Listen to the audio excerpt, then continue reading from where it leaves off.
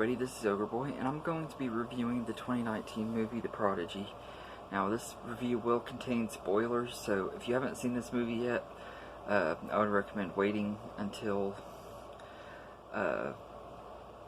you see it to watch it, because this movie does kind of have some weird stuff going on, and if you know about what's going to happen in it, it kind of would ruin your experience and everything, so I wouldn't watch this video if you haven't seen it and everything, unless you're just not really that interested in seeing it anyway.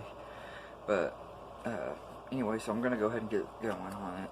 The movie is directed by Nicholas McCarthy and written by Jeff Bueller.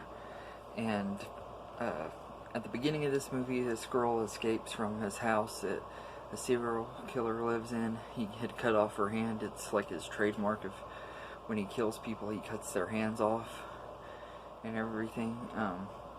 And she escapes and gets away and everything, and the police go and find the serial killer. He's running around naked outside and everything, and they kill him and everything. And like just a few minutes after he dies, this lady gives birth to a baby. The Bloom family, Sarah Bloom gives birth to their baby Miles, and everything. And like the baby becomes really smart and everything. He starts talking at like 2 months old, and then it skips forward a little bit to when he's 2 years old, and he's smart enough that they're sending him to kindergarten early, really early age. And then it skips forward to when he turns 8 years old, and that's where the rest of the movie takes place. At first he seems like a really smart, intelligent kid and everything, but there's like a weird dark side to him and everything, and there's like, he has these blackouts and stuff, like he doesn't remember what's going on and everything, and he's talking in his sleep in a different language and stuff like that. And it turns out that the serial killer from the beginning of the movie, his soul is trying to get into the body of this little boy and everything that was born as he was dying and everything, and he's trying to take over the boy's body, and they're trying to figure out how to stop it and everything. And so she goes to Margaret's house. Margaret's the character that from the beginning of the movie that lost her hand, the victim that escaped. She thinks that, okay, if she kills this person, then this killer will leave the boy's body and everything. But of course that doesn't really work out, because she can't bring herself to kill Margaret, and the boy who is with her ends up killing Margaret instead and everything. So, but yeah, this movie is pretty crazy and everything. It's an alright movie. It's not one that I've really liked a lot, but I didn't hate it either. I thought it was a lot better than I expected, because it wasn't what I expected. I was expecting to be some kind of demon possession movie and everything. I like how they kind of took the concept of a serial killer possessing a little boy. It's kind of like what if Chucky had actually been successful and was possessing the boy and everything, in a way, kind of. The cast in this is just alright. I don't think that any of them were extremely great. Taylor Schilling plays Sarah Bloom, and she's okay and everything. She's just not that, I don't think she's that good of an actress, to be honest. Everything I've seen her in, I thought she was just okay in. I know she does more TV work and everything. I think that might be what it is she's more suited for TV than for movies and everything. I just didn't think she was that great. Peter Mooney plays her husband John, who's not in this movie a lot and everything. He can sense there's something up with the kid, and the mom, of course, is in denial about it and everything, kind of like you would expect from these kind of movies.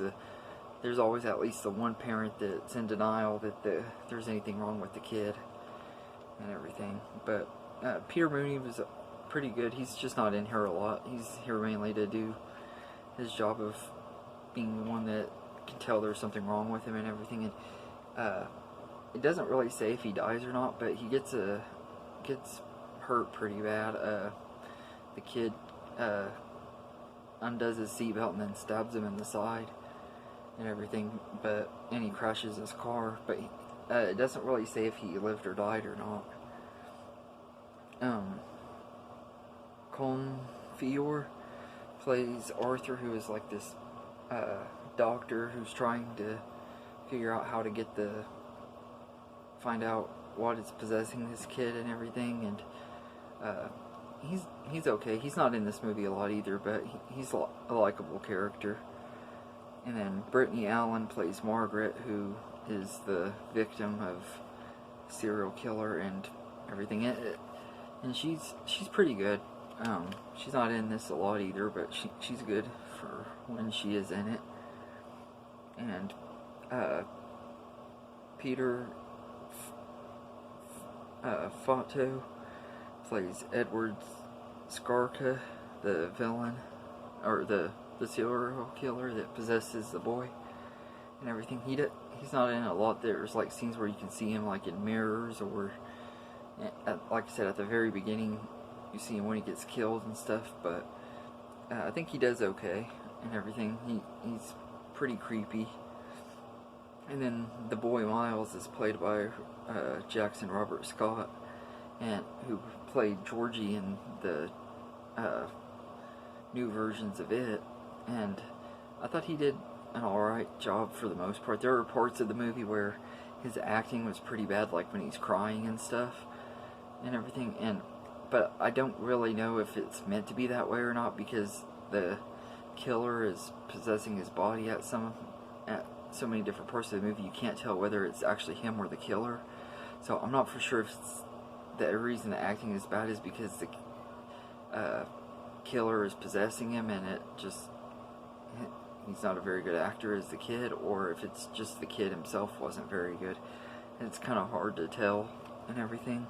But he did do a pretty good job being creepy and stuff. And I did like this movie. I think that the ending and stuff was pretty dark. Like the mom gets killed by a farmer when she's trying to kill the kid and everything. Because I mean, to the farmer, it just looks like she's trying to kill a kid. He doesn't know what's going on, and the kid gets put like in a foster home or whatever, and you see him looking in the mirror, and in the mirror it's the serial killer looking back at him and everything. I thought that was a pretty interesting ending. I actually hope we get a sequel to this movie, because I think that it would be a good way to continue the story, because it didn't feel like the story ended and everything. I'd love to get to see a sequel to this movie and everything. The cinematography in this is really good. It has some really beautiful outdoor shots and stuff like that. I love the cinematography, and the score by Joseph Bishara is really good too. I think it's a really good score and everything. One of the best original horror movie scores in a while, which I don't know why I'm saying that, because Us had a great score, and there were other movies that have came out this year that have had great scores, but I really love the score for this movie. I think it's one of the highlights of the movie itself and everything. And this just is, it's an alright movie. It's worth checking out and everything, but I wouldn't say that it's one of the best horror movies of the year or anything like that. But it's still a pretty good movie. And I think it has a pretty good potential to be a franchise. I think they could make sequels to this movie, and I think they'd be pretty good and everything. It could even be a good slasher franchise and everything, with this kid being a killer and everything. I don't know that they would ever do it and everything. I don't know if this movie was a really big hit. I think it just did okay and everything, but it'd be interesting to see if this could go anywhere as a franchise and everything, because it is a decent movie. It's just not a great one and everything, but like I said, it has potential to have sequels that could be better than it and everything. But so I'd give this movie a 7 out of 10, because it is really enjoyable. It's not extremely great. Like I said, some of the acting is pretty bad, and it does have a lot of pacing issues and stuff. The movie's an hour and 32 minutes, and it feels like it's a lot longer than it really is and everything. But I know it had this twist and everything that they were trying to make it shocking, but a lot of ways it wasn't that shocking. And there's some cliches about evil kid movies that you kind of come to expect, and horror movie cliches. The pet gets killed by the crazy kid. There's one parent thinks the kid's bad, the other one is in denial about it. It is pretty paint by numbers crazy kid movie, but it's still an alright movie, and it's definitely worth checking out. I just wouldn't say that I'd rush out and buy it or anything like that, because I don't know that I'd ever want to buy this movie, but it's at least worth a watch maybe once and everything. So anyway, I hope you enjoy this video, and let me know in the comments what you think of this movie, if you've seen it, because I don't know a lot of people that have seen it, and a lot of people don't really talk about it, so I'm kind of curious what people think about this movie and everything, and I hope you enjoy this video, and have a good day, everybody.